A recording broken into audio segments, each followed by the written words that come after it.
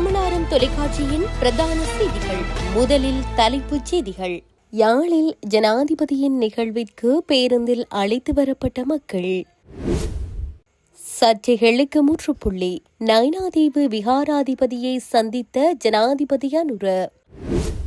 கொழும்பில் கல்வி அமைச்சிற்கு முன்னால் வெடித்த போராட்டம். மன்னாரில் கடலில் நீராட சென்ற 3 சிறுவர்கள் நீரில் மூழ்கி உயிரிழப்பு. சிறுமியை கூட்டாக சீரழித்த கும்பல், காதலியை கடத்தி காதலன் செய்த செயல். ட்ரம்புடன் உச்சக்கட்ட முறுகல், சீன ஜனாதிபதியை சந்திக்கும் கனேடிய பிரதமர். கனடாவில் இடம்பெற்ற வாகன விபத்தில் 5 வயது சிறுமி பலி. தொடர்பின விரிவான செய்திகள். ஜனாதிபதி அனுரகுமார திசாநாயக்க தலைமையில் யாழ்ப்பாணத்தில் நேற்று இடம்பெற்ற நிகழ்விற்கு மக்கள் அழைத்து வரப்பட்டதாக விமர்சனங்கள் முன்வைக்கப்பட்டு வருகின்றன. யாழ்ப்பாணம் வேலனையில் நேற்று இடம்பெற்ற பொங்கல் நிகழ்வில் ஜனாதிபதி கலந்து கொண்டிருந்தார். அதன்படி குறித்த நிகழ்விற்கு வெளி மாவட்டங்களில் இருந்து மக்கள் இலங்கை போக்குவரத்து சபைக்கு சொந்தமான பேருந்துகளில் அழைத்து வரப்பட்டதாக தற்போது விமர்சனங்கள் முன்வைக்கப்படுகின்றன. இது குறித்த காணொலியும் சமூக வலைதளங்களில் பகிரப்பட்டு வருகிறது. தமது ஆட்சிக்கு யாழ் மக்கள் தந்த நம்பிக்கையை மறக்க மாட்டேன் எனவும் அந்த நம்பிக்கையை சிதறடிக்க மாட்டோம் என பொங்கல் நாளில் கூறுவதாகவும் ஜனாதிபதி அனுரகுமார திசாநாயக்க தெரிவித்துள்ளார். மேலும் ஆட்சி மாற்றம் ஒன்றை நாட்டு மக்கள் விரும்பியதாகவும் அதற்கு தமிழ் மக்களும் எம்மோடு கைகோர்த்து ஏற்படுத்திய அரசாங்கமே இன்று செயற்படுவதாகவும் ஜனாதிபதி இதன்போது மேலும் தெரிவித்துள்ளார். யாழ்ப்பாணம் நயினாதீவு நாகதீப ரஜமகா விகாரையின் விகாராதிபதி நவதலக பதுமகீர்த்தி திசாநாயக்கவை ஜனாதிபதி அனுரகுமார திசாநாயக்க சந்தித்துள்ளார்.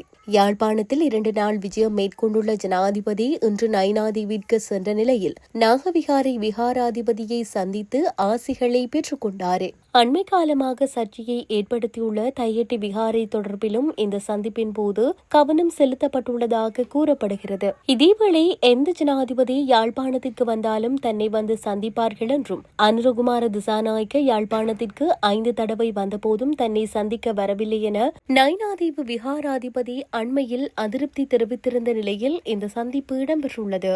அத்துடன் தையட்டி விகாரை பொறுப்பை தன்னிடம் தந்தால் தையட்டி விகாரை பிரச்சினைக்கு தீர்வு வழங்க தயார் என நயினாதீவு விகாராதிபதி அண்மையில் ஊடகங்களுக்கு கருத்து தெரிவித்ததுடன் தையட்டி பகுதியில் பாதிக்கப்பட்ட காணி உரிமையாளர்களை நேரில் சந்தித்திருந்தமையும் குறிப்பிடத்தக்கது.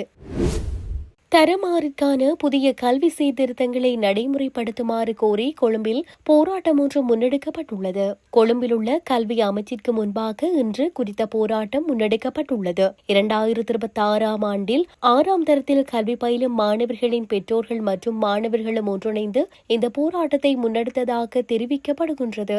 அத்துடன் சர்ச்சைக்குரிய ஆங்கில பாட கற்றல் தொகுதியை தவிர ஏனைய பாடங்கள் தொடர்பான கற்றல் தொகுதிகளை மாணவர்களுக்கு கற்பிப்பதற்கு நடவடிக்கை எடுக்கப்பட வேண்டும் என போராட்டத்தில் ஈடுபட்டவர்கள் இதன்போது வலியுறுத்தியுள்ளனர். பாடப்புத்தக சுமையை குறைத்து மாணவர்களுக்கு இலகுவான முறையில் கல்வியை வழங்கும் நோக்கில் இந்த புதிய தொகுதி முறையை விரைவுபடுத்துமாறு இதன்போது பெற்றோர்கள் தெரிவித்தனர். தமது கோரிக்கைகளை உள்ளடக்கிய மகஜர் ஒன்றில் கையெழுத்திட்ட பெற்றோர்கள் அதனை கல்வி அமைச்சின் அதிகாரிகளிடம் கையளித்தனர். அதனைத் தொடர்ந்து பெற்றோர்களின் ஒரு குழுவினர் அமைச்சின் அதிகாரிகளுடன் நிலவரம் குறித்து கலந்துரையாடுவதற்காக கல்வி அமைச்சிற்குள் அழைத்து செல்லப்பட்டனர். இதேவேளை இலங்கையின் பாடசாலை கட்டமைப்பில் இந்த ஆண்டு அறிமுகப்படுத்தப்பட தரமாறு மாணவர்களுக்கான புதிய கல்வி சீர்திருத்தங்களை எதிர்வரும் 2027ஆம் ஆண்டு முதல் நடைமுறைப்படுத்துவதற்கு அமைச்சரவை அனுமதி வழங்கியுள்ளமை குறிப்பிடத்தக்கது. மன்னார் பேசாலை கடலில் நேற்று மாலை நீராட சென்று நீரில் மூழ்கி காணாமல் போன 4 பேரில் 3 பேர் உயிரிழந்துள்ளதாக தகவல் வெளியாகியுள்ளது. தைப்பொங்கல் பண்டிகையை தொடர்ந்து குறித்த 4 பேரும் கடலில் நீராடுவதற்காக சென்ற நிலையில் இந்த அனர்த்தம் நிகழ்ந்துள்ளது. காணாமல் போனவர்களில் 20 சடலங்கள் நேற்று மாலை மீட்கப்பட்டதுடன் ஒருவர் பாதுகாப்பாக மீட்கப்பட்ட நிலையில் மன்னார் மாவட்ட வைத்தியசாலையில் சிகிச்சைக்காக அனுமதிக்கப்பட்டுள்ளார். அத்துடன் இந்த சம்பவத்தில் காணாமல் போன மற்றொருவரின் சடலம் நேற்றிரவு கரையொதுங்கிய நிலையில் மீட்கப்பட்டு வைத்தியசாலையில் ஒப்படைக்கப்பட்டுள்ளதாக தெரிவிக்கப்படுகின்றது. இந்த சம்பவத்தில் உயிரிழந்தவர்கள் 16 முதல் 18 வயதுடைய பேசாலை, வசந்தபுரம், உதயபுரம் ஆகிய பகுதிகளை சேர்ந்தவர்கள் என தெரியவந்துள்ளது. இதேவேளை இந்த அனர்த்த விபத்தில் உயிரிழந்தவர்களில் பாடசாலை மாணவர் ஒருவரும் அடங்குவதாக கூறப்படுகிறது. இந்த நிலையில் குறித்த சம்பவம் தொடர்பான மேலதிக விசாரணைகளை பேசாலை காவல்துறையினர் முன்னெடுத்து வருகின்றனர்.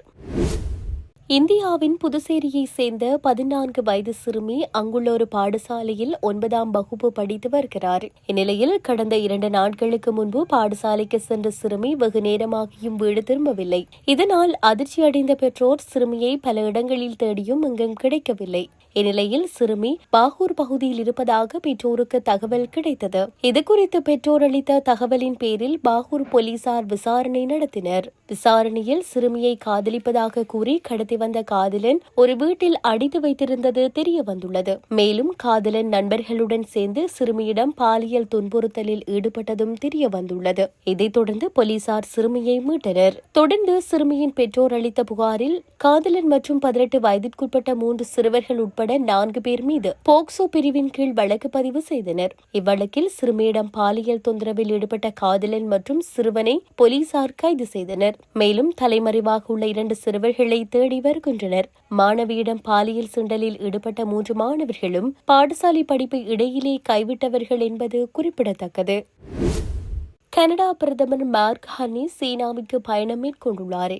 பிரதமர் ஹார்னி இன்று 16ஆம் திகதி சீன ஜனாதிபதி ஜி ஜின்பிங்கை சந்தித்து பேச்சுவார்த்தை நடத்தியுள்ளார். அமெரிக்க ஜனாதிபதி டொனால்டு டிரம்ப் விதித்துள்ள வர்த்தக வரிகள் மற்றும் வட அமெரிக்க வர்த்தக ஒப்பந்தம் குறித்து நிச்சயமற்ற நிலைக்கு மத்தியில் கனடா தனது பொருளாதாரத்தை வேறுபடுத்தும் முயற்சியை மேற்கொள்கிறது.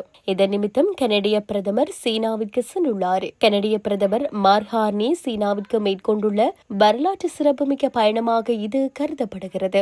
குறிப்பாக அமெரிக்காவை மட்டுமே அதிகம் சார்ந்திருப்பதை குறைத்து சீனாவின் புதிய வர்த்தக வாய்ப்புகளை பயன்படுத்திக் கொள்ள பிரதமர் ஹார்னி திட்டமிட்டுள்ளார். இந்த நிலையில் சீன ஜனாதிபதியை பிரதமர் மார்க் ஹார்னி இன்று பெய்ஜிங்கில் சந்தித்து பேசியுள்ளார். இது சுமார் 8 ஆண்டுகளுக்கு பிறகு ஒரு கனடிய பிரதமர் சீனாவிற்கு மேற்கொள்ளும் முதல் பயணமாகும். கனடாவின் எட்மண்டன் நகரத்தின் வடக்கே உள்ள நெடுஞ்சாலையில் செவ்வாய்க்கிழமை இரவு நடந்த விபத்தில் 5 வயது சிறுமி உயிரிழந்துள்ளார். மேலும் 3 காயமடைந்த சம்பவம் தொடர்பாக ஒருவர் மீது குற்றச்சாட்டுகள் பதிவு செய்யப்பட்டுள்ளதாக கனடிய போலீசார் தெரிவித்துள்ளனர். ஃபீவர் ரிவர் பாலம் அருகே ஹைவே 797இல் ஃபோர்டு F350 வாகனமும் ஒரு மினிவேனும் மோதிக்கொண்டதாக தெரிவிக்கப்படுகிறது. அந்த மினிவேனில் 5 வயது சிறுமி, 10 மாத குழந்தை, 27 வயதான தாய் மற்றும் 30 வயதான ஆணொருவர் பயணம் செய்திருந்தனர். இந்த விபத்தில் 3 பல்வேறு காயங்களுடன் மருத்துவமனைக்கு கொண்டு செல்லப்பட்ட நிலையில் 5 வயது சிறுமி சம்பவ இடத்திலேயே உயிரிழந்ததாக கனடிய போலீசார் வெளியிட்ட செய்திக்குறிப்பில் தெரிவிக்கப்பட்டுள்ளது. இத்துடன் செய்திகள் யாவும் நிறைவு பெறுகின்றன. மேலதிக செய்திகளை அறிந்து கொள்வதற்கு www.tamilaram.com எனும் இணையதளத்தை பார்வையிடுங்கள்.